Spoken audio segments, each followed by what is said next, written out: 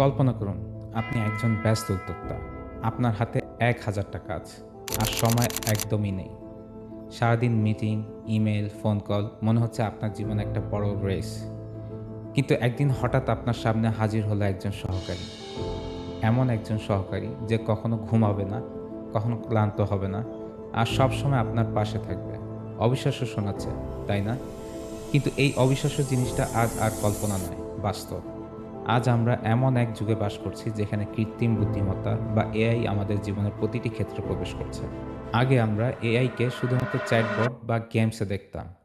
কিন্তু আজ এআই এতটাই উন্নত হয়েছে যে এটি আমাদের জন্য কাজ করতে পারে, সৃষ্টি করতে পারে, এমনকি সিদ্ধান্ত নিতে পারে। কল্পনা করুন, আপনার একটি নতুন প্রোডাক্ট লঞ্চ করতে হবে। আপনার কাছে হাজার হাজার ফটো আছে। এখন এআই আপনার জন্য সেই ফটোগুলো বিশ্লেষণ করবে, সেরাগুলো বেছে নেবে, ক্যাপশন লিখবে, এমনকি ভিডিও তৈরি করে দিবে।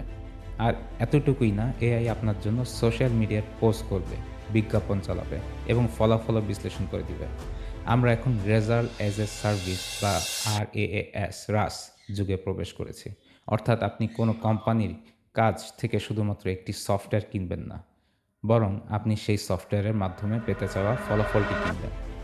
আমি জানি এটা শুনতে খুবই বিজ্ঞান কল্পকাহিনীর মতো, কিন্তু বিশ্বাস করুন, এটা আসলেই হচ্ছে। এআই আমাদের জীবনকে আরও সহজ এবং আরও উৎপাদনশীল করে তুলছে। আমরা এখন এমন এক যুগে বাস করছি যেখানে সম্ভাবনা অসীম।